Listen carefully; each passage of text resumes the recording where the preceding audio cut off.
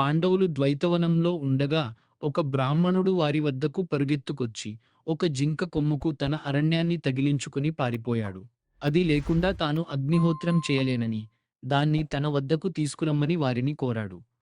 అతనికి సహాయం చేయాలనుకున్న పాండవులు దాన్ని పట్టుకోవడానికి ఆ జింకను వెంబడించారు. అయితే ఆ జింక వేగంగా పరుగెత్తి దట్టమైన అడవిలోకి ప్రవేశించి కనుమరుగైంది. చాలా దాహంతో ఉన్న పాండవులు ఒక చెట్టు కింద కూర్చుని నీళ్లు తీసుకురమ్మని నకులుడిని పంపారు.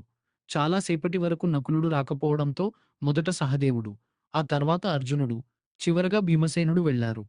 ఎవరూ తిరిగి రాకపోవడంతో యుధిష్ఠిరుడు ఆందోళనతో సరస్సు వద్దకు వెళ్లి ఒడ్డున తన సోదరులు విగతజీవులుగా పడి ఉండటం చూసి దిగ్భ్రాంతి చెందాడు.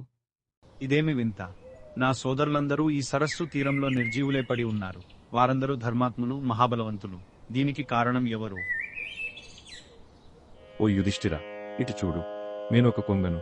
ఈ సరస్సులోని చేపలను తింటూ నేను జీవిస్తాను. నా ప్రశ్నలకు సమాధానం చెప్పకుండా నీరు త్రాగబోయినందువల్లనే నేను నీ సోదరులను సంహరించాను.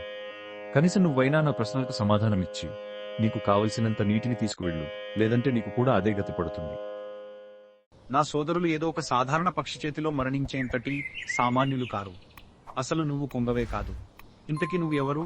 ఒక సిద్ధుడివా, యక్షుడివా, గంధర్వుడివా, లేక ఒక దేవుడివా? నీకు ఏం కావాలి?